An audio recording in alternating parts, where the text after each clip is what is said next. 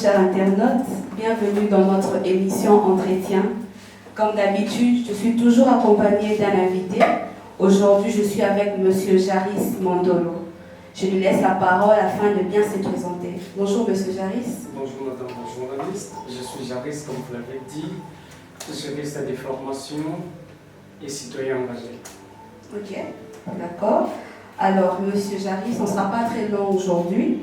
Nous allons exploiter 6 sujets. Le premier, nous commençons par l'éducation.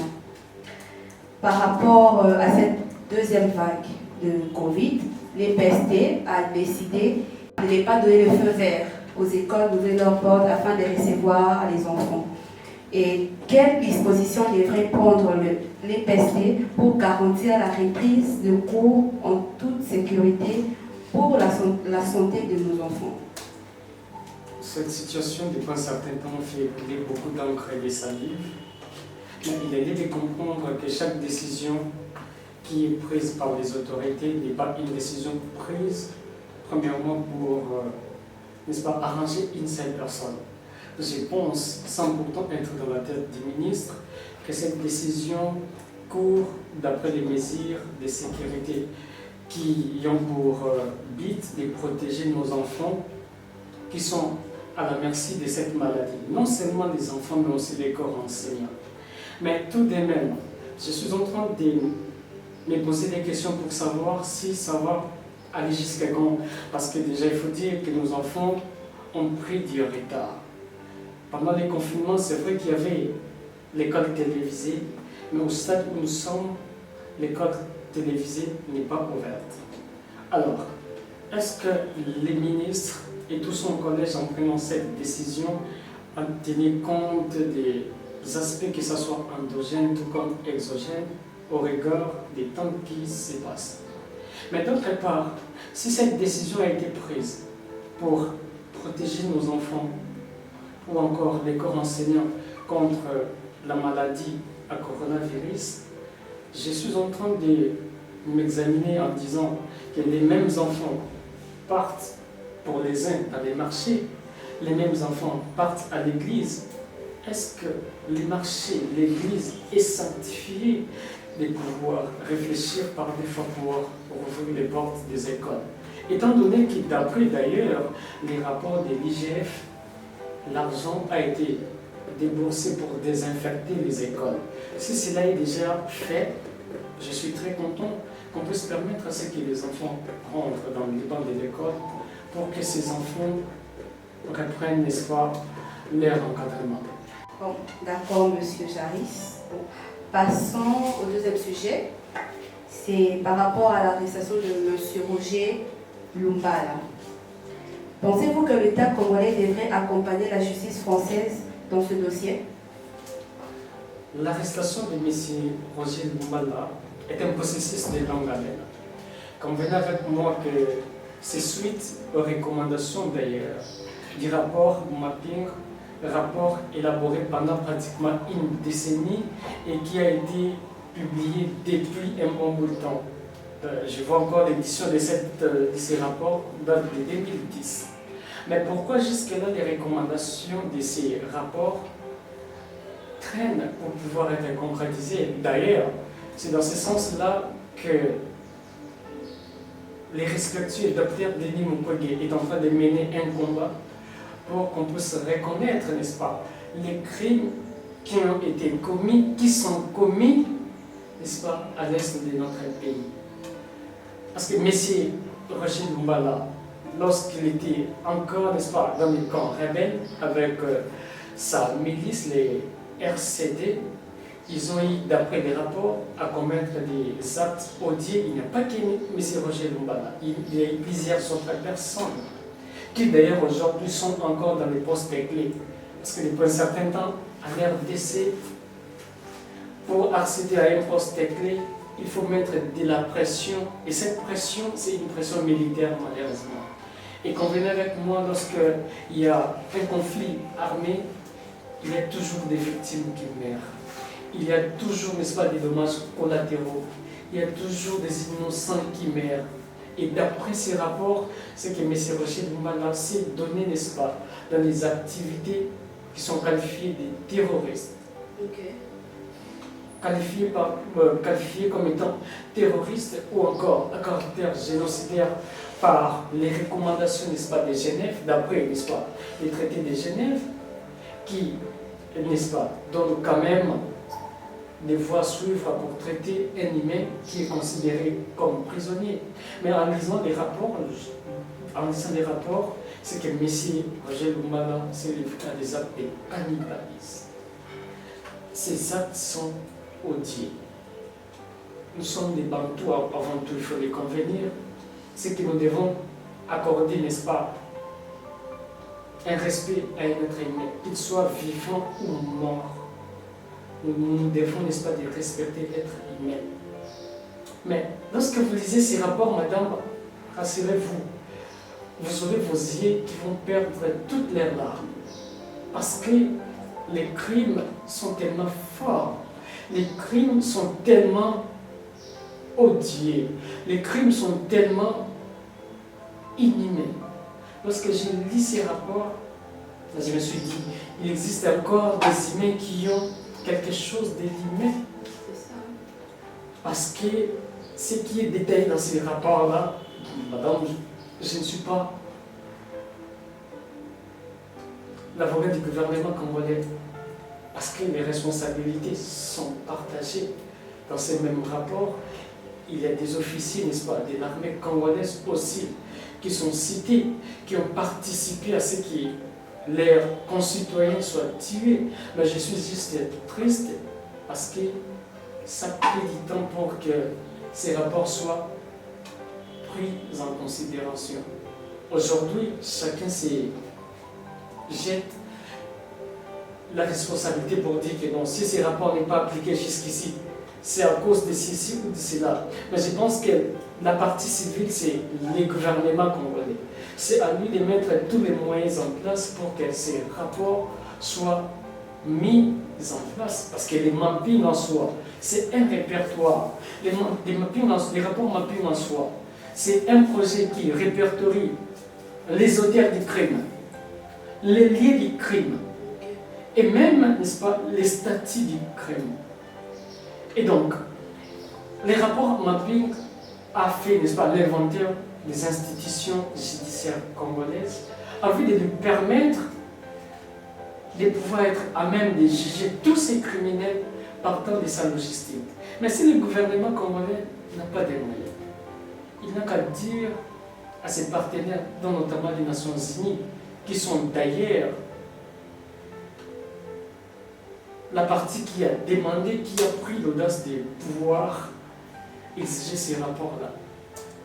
Les Nations Unies mettront tous les moyens en place pour que ces rapports-là prennent forme. Et donc, étant donné que les choses traînent encore, je pense que c'est une justice qui traîne pour pouvoir être rendue. D'accord, merci beaucoup, Monsieur Jarvis. Passons au troisième sujet. C'est par rapport à la nouvelle coordination de crise au FCC. Quel est l'agenda du comité de crise face à l'adhésion de certains élus du FCC à l'Union sacrée? Il faut reconnaître, madame, que le FCC, attendez, Fonds commun pour les Congo, c'est une plateforme qui a été mise en place en vue de pouvoir regrouper un grand nombre des hommes politiques qui partagent la vision PPRD pour, premièrement, gagner les élections de 2018 et aussi accompagner la personne du FCC qui devait être reconnue comme président dans son action. Mais aujourd'hui, il y a des divisions. En fait, les bateaux coulent, c'est les termes qui conviennent, les bateaux coulent. Les bateaux du FCC coulent. Reconnaissons une chose, que le FCC regroupe en son sein des caciques, des grands noms, de ces gens qui ont, n'est-ce pas, conduit la nation.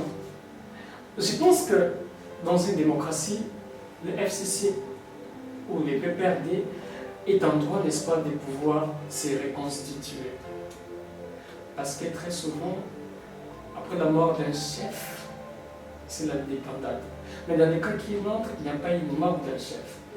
Mais M. Kabila qui a respecté la Constitution, n'ayant plus les pouvoirs impériaux en lui, c'est une personne qui composait sa famille politique, sa plateforme politique, c'est vide petit à petit. Moi, je pense que cela exhibe aussi l'avarice de l'homme congolais, qui aujourd'hui, pour les uns, sont traités comme des caméléons, parce que les mêmes qui étaient avec M. Kabila hier, aujourd'hui sont avec le président Fachi.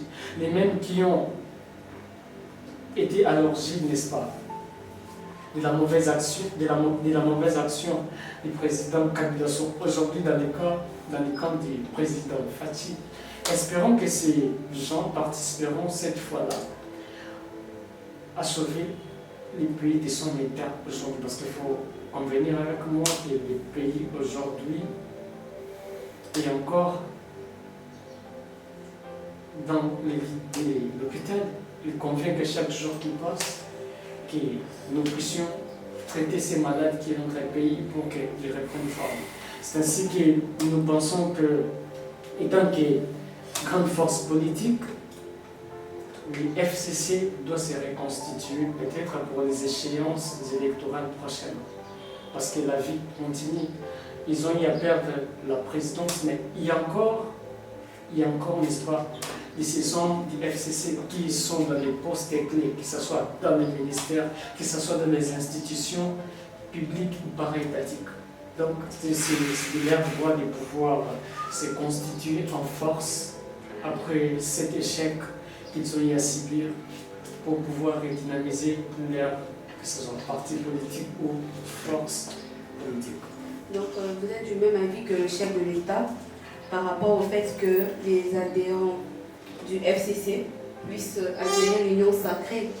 C'est ce que vous voulez dire par là, qu'ils continuent la marche avec ces mêmes personnes ou qui cherchent à être avec de nouvelles personnes, pas ceux qui ont eu à diriger le pays autrefois.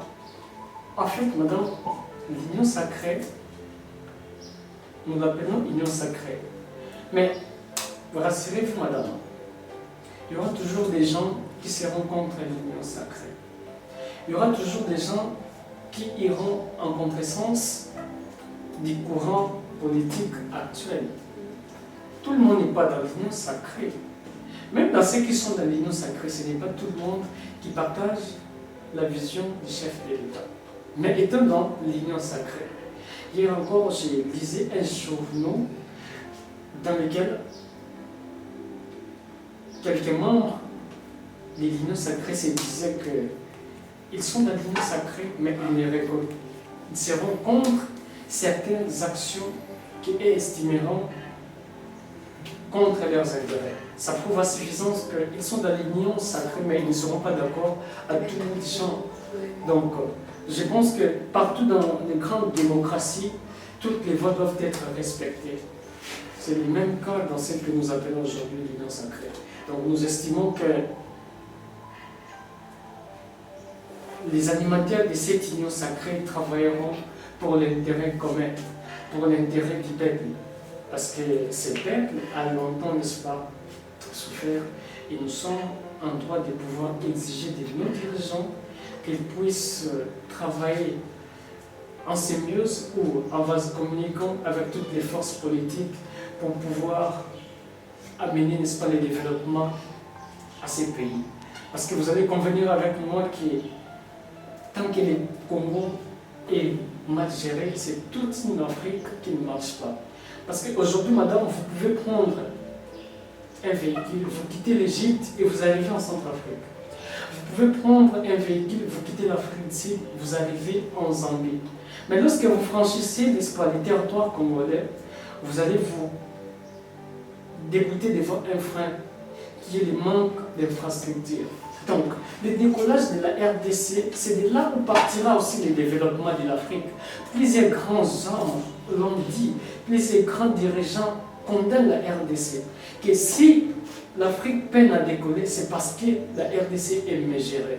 C'est ainsi que nous, tant qu'une jeunesse du dynamique, étant qu'une jeunesse fruitière, étant qu'une jeunesse qui a été longtemps arabistillée par les hommes politiques et tous les mouvements, que ce soit de l'aile gauche ou de l'aile droite, je pense que nous devons aussi prendre notre responsabilité pour pouvoir mener des actions qui puissent prouver, n'est-ce pas, à nos aînés qu'il y a encore cette jeunesse qui travaille. Nous passons au quatrième sujet, c'est par rapport à la désignation de l'informateur. Le président de la République a-t-il violé la Constitution en désignant un informateur alors qu'il existe déjà un Parlement, une majorité parlementaire? Par rapport à ces sujets, je pense qu'il y a à boire et à manger. Pourquoi je l'ai dit? Ce qui est vrai, c'est que d'après la Constitution, c'est qu'un informateur est désigné au début d'une législature. Mais dans le cas qui est nôtre, l'informateur est choisi pendant la législature. On ne peut pas refuser au président de la République de pouvoir changer le capitaine de son équipe. Ça, c'est un droit qui lui est acquis. Mais je pense que par rapport à la violation de la Constitution, madame, entre nous soit dit, nous avons vu plusieurs classiques du parti au pouvoir déclarer haut et fort qu'à son époque, les peuples avaient aussi violé la Constitution et qu'eux aussi sont en droit de le faire. Mais je suis en train de me dire, est-ce que nous devons continuer dans cette spirale de la violation de notre Constitution parce que nos amis qui étaient là hier l'ont fait et que nous aussi nous pouvons le faire? Point d'interrogation. Le droit en soi est fait et constitué de ce qu'on appelle la jurisprudence. La jurisprudence, c'est l'ensemble des décisions rendues par les cours et tribunaux qui, au cours d'un moment, deviennent, n'est-ce pas, des sources du droit. Je vais me rappeler encore lors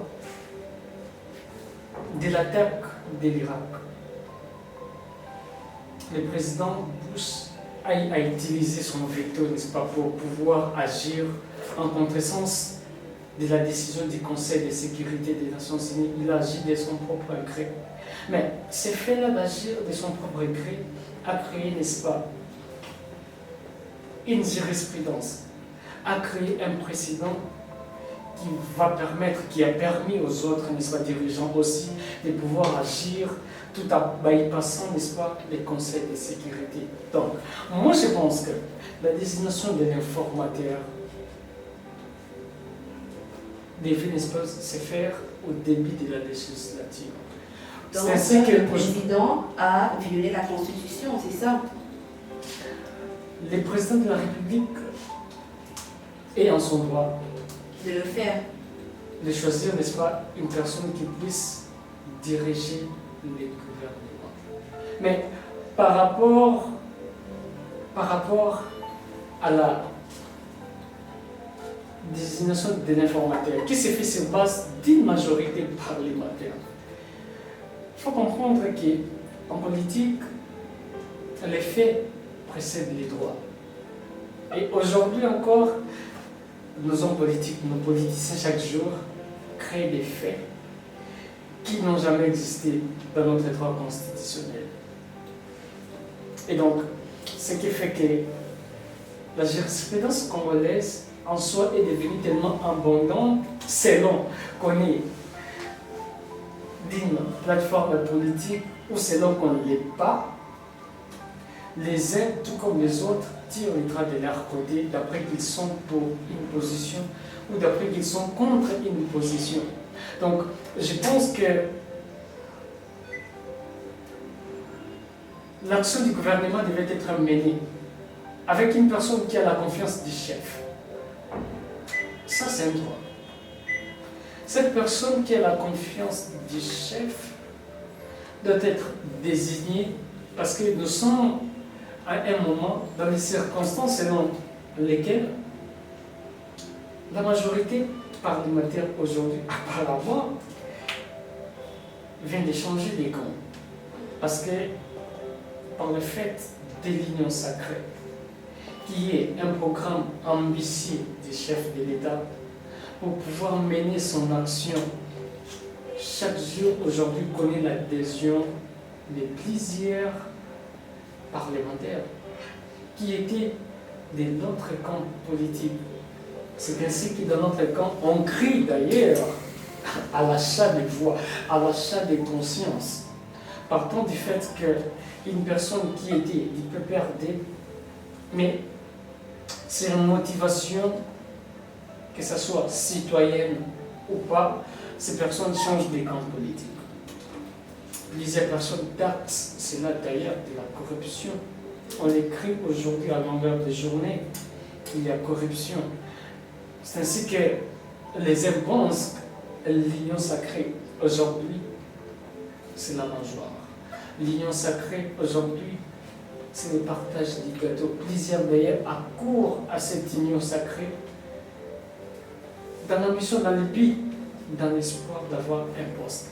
Mais je pense que cette union sacrée sera jugée après la désignation, n'est-ce pas, de l'informateur et d'après la nomination des uns comme des autres à des postes ministériels et à des postes, n'est-ce pas, de gouvernance des institutions. Et selon vous, que devrait faire le Premier ministre en cas d'une identification d'une nouvelle majorité? Qu'est-ce qu'il peut faire en face? Parce que apparemment il reste toujours dans le FCC. Lui, il n'a pas montré, comme on le dit souvent, une trahison. Il n'est pas allé rejoindre le président de la République.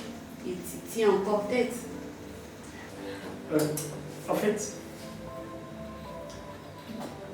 il y a une réalité qui me paraît courte, madame. C'est que la confusion qui règne parfois au sommet de ces institutions, d'ailleurs c'est pas de faire entre les présidents de la République et certaines des institutions d'appui, que ce soit des gouvernances ou d'appui à la démocratie. Je me rappellerai encore du fait qu'une fois le président de la République a chargé le gouvernement d'organiser la cérémonie des prestations, n'est-ce pas? Le serment au magistrat de la Cour constitutionnelle et que ces derniers puissent boycotter cela, ça prouve à suffisance la confusion qui règne. Ça prouve à suffisance que les deux camps,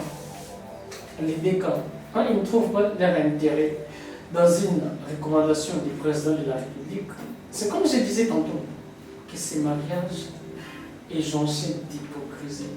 C'est un mariage imbibé du mauvais sens. C'est un mariage imbibé de la mauvaise foi. C'est ainsi que lorsque un des coépoux dit quelque chose, un autre coépoux peut se dire non, non, ça va remonter. Et pendant ces temps, on étale, n'est-ce pas? On étale, n'est-ce pas, ces désordres sur la place publique. En tout cas, les générations prochaines, les générations futures vont parler de ce qui se passe à l'RDC. Et cette fois-là, je ne sais pas comment est-ce que nous serons traités, parce que vous et moi, nous sommes des congénères. Alors, arrivé à ce moment-là, je pense que nos enfants, nos futurs cadres de demain, auront un mot à dire pour qualifier tout ce qui se passe. Donc, je pense qu'au stade où nous sommes, M. le Premier ministre devait user de la sagesse pour sauver aussi sa peau, pour sauver sa notoriété en démissionnant. Je pense que ça sera plus judicieux de sa part. Je pense que ça sera plus sportif de sa part. Étant donné que d'ailleurs, les deux camps se sont déjà divorcés. Donc je pense que le mieux à faire de sa part, c'est de démissionner. D'accord, merci. Nous passons au 5e sujet. C'est par rapport à la rencontre du président avec les 309 députés qui ont dit oui à l'union sacrée. Que pensez-vous des chantages subis par ces députés du FCC ayant adhéré à l'Union sacrée? Madame, parlons du régime politique. La RDC, c'est toujours pris pour exemple la France. Okay. Mais ce que j'aime avec les Occidentaux, quelqu'un me dira que la politique est dynamique. Les autres diront que la politique est dynamique et que la politique n'est pas statique. Mais je pense qu'il y a une réalité qu'il faut prendre en compte. C'est que avec les peu d'expérience que j'ai, je n'ai pas encore vu un député de l'extrême gauche, en France bien sûr, devenir un député de la droite. Ça n'existait pas. C'est quand même bizarre. Ça n'existait pas. Partons aux USA. Je n'ai pas encore vu un parlementaire, un représentant démocrate changer des camps politiques. Mais il faut comprendre une réalité. En dehors du fait que ces représentants du peuple adhèrent à la vision du chef de l'État, quel est le nom dit dans cette adhésion? Est-ce qu'ils les font réellement pour l'intérêt commun du peuple ou pour garder leur fonction? Parce que plusieurs, s'ils l'ont fait, c'est par menace. Je me rappelle encore une fois, le président de la République disait vouloir dissoudre les parlements. Je pense qu'ils se sont sentis menacés. Sur base de ces faits-là, ils se sont dit, le mieux pour nous, c'est d'adhérer, n'est-ce pas, à la vision du chef de l'État. Donc, je pense que, portant un mandat électif, nos députés devaient travailler surtout pour l'intérêt du peuple. Mais en dehors de ces faits-là, il y a lieu de comprendre que nous devons moraliser la vie publique. Parce que nous avons été surpris de voir, que ce soit sur les réseaux sociaux ou sur les journaux, quelques-uns de ces représentants du peuple qu'on appelle députés aujourd'hui, étaler les dessous des tables de leur adhésion à l'union sacrée, ce qui est triste pour nous. Donc, ils les font sur base de l'argent promis, sur base des postes promis ou sur base de l'intérêt qui anime leur bon sens patriotique. C'est ça la plus grande interrogation. D'accord, merci beaucoup, M. Jaris. Pour chuter, nous allons entamer le dernier sujet par rapport au saut de montant. Pensez-vous que le saut de montant sont une solution face aux embouteillages qui sont ici de la ville de Kinshasa? Parler des embouteillages dans la ville de Kinshasa, c'est une grande problématique. Il faut l'avouer. Personnellement, j'apprécie ce bon sens. Cette initiative prise par les autorités, dont notamment le président de la République, sur impulsion duquel ces infrastructures ont été lancées. Mais je pense que le saut des montants en soi ne résout pas l'ensemble des problèmes. Certes, il faut commencer par un pas pour aller plus loin. Mais je pense qu'il faut réfléchir pour pouvoir résoudre l'ensemble des problèmes. Déjà, les seuls moutons, rien que leur érection, nous a pris pratiquement 2 ans. Et pendant ce temps, j'ai été témoin, vous avez été témoin de la peine, de la souffrance, quand on dirait, n'est-ce pas, les différentes populations de la partie est, de la partie ouest, pour pouvoir aller dans leur point de travail, pour aller dans leur lieu de travail, pour aller, n'est-ce pas, au grand marché ou pour se rendre, n'est-ce pas, à l'aéroport.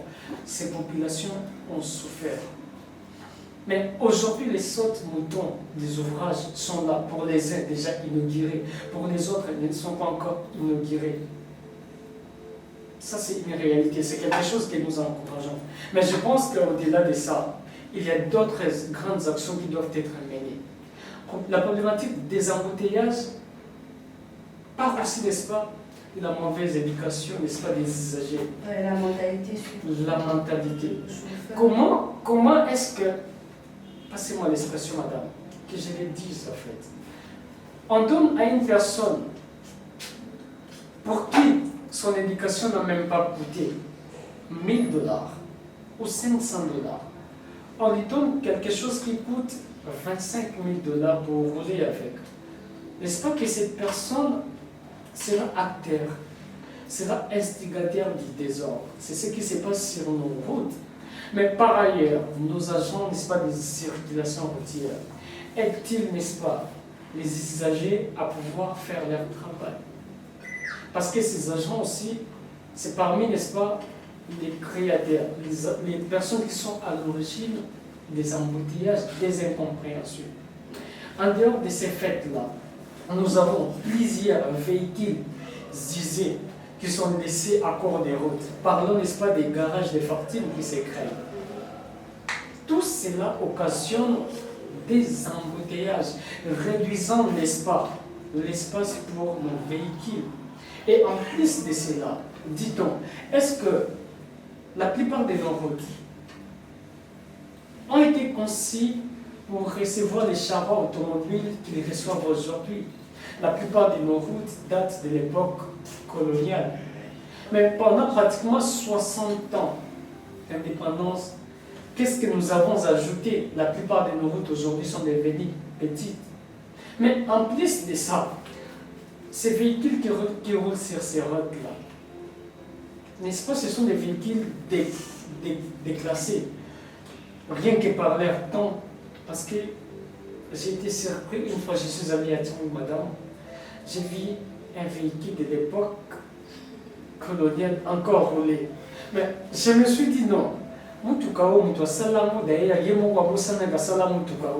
Mais qui récemment na Congo, non, ça ce n'est pas des archives. Parce que l'état dans lequel étaient ces véhicules, ce qui tout dit, madame, aux huiles na tétanos, aux huiles na coronavirus, aux huiles tout ce qui est microbe. Okay. Si vous les voyez au qui m'a dit là, mais ces véhicules, on relie encore. Vers Tchang, vous avez dit. Vers Tchang. Mais vous n'avez pas besoin d'aller vers Tchang. Partout. Peut-être au centre-ville, vous ne trouverez pas ces véhicules dans la mesure du possible. Mais partout dans nos coins des quartiers, nous trouvions des véhicules que nous appelons pour la plupart des esprits des morts faire leur travail. D'ailleurs, ces véhicules, aujourd'hui, ça aide la population. Mais devons-nous accepter, à cause de la souffrance, de monter sur n'importe quel véhicule? Point d'interrogation, parce que notre vie en dépend. C'est ainsi que je pense, par les biais de votre micro, lancer un appel au ministère des Transports de pouvoir mettre sur pied des nouveaux charrois, n'est-ce pas, des transports, parce que nous en avons besoin. Nous n'avons pas besoin de continuer de couper dans cette misère avec d'ailleurs les couvre-feux, de chercher à monter à n'importe quel moyen de transport. Moi-même, une fois j'ai été victime, je suis monté à bord d'un véhicule, mais j'ai vu mon pantalon être déchiqueté. J'ai vu ma peau se déchirer à cause du mauvais état de ces véhicules. Donc, je pense que nos autorités, nos gestionnaires des sociétés de transport devaient veiller à sorte que, surtout, puisque nous n'avons que ça transport, surtout aux mandataires, aux gérants des transports, de pouvoir faire des choses avec rationalité convaincante pour que demain ou après-demain, qu'on ne puisse plus connaître ce qu'on a connu avec le transport. Donc, je pense que du point de vue saute-mouton, sans quoi une responsabilité est partagée entre, d'une part, les autorités et les usagers. Les autorités ont pour mission non seulement de veiller à ce que cette infrastructure soit entretenue.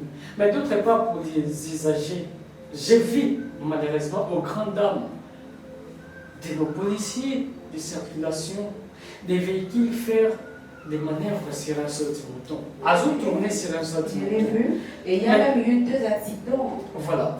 Pourquoi il y a eu ces accidents? Parce que, comprenez une chose, il y a des signaux lumineux qui devaient être placés dans chaque sauti-mouton pour permettre à toute personne, à tout véhicule qui emprunte ces chemins de pouvoir voir de loin et que ces derniers puissent, n'est-ce pas, engager une manœuvre, que ce soit des diminutions de la vitesse et comme ça. Mais d'autre part, lorsqu'on monte sur un sauti-mouton, mais on n'est pas dans un avion, pour égaler, n'est-ce pas, toutes ces connaissances du volant. Donc c'est ainsi que je parle du partage des responsabilités. Parce qu'au-delà, c'est toute une vie qui est mise en danger. C'est vous qui connaissez cet accident, qui mettez votre vie en danger. Ce n'est pas le gouvernement. Donc, je pense qu'en 2 ans, on a peut-être mérité mieux que ça, mieux que ce que les autorités nous ont donné pendant tous ces temps ici. Ok, merci Monsieur Jarry, c'était la fin. Et nous vous remercions d'avoir répondu à notre invitation dans notre émission Entretien. Nous voilà à la fin de notre émission, chers internautes, et nous vous disons merci de nous avoir suivis. À la prochaine.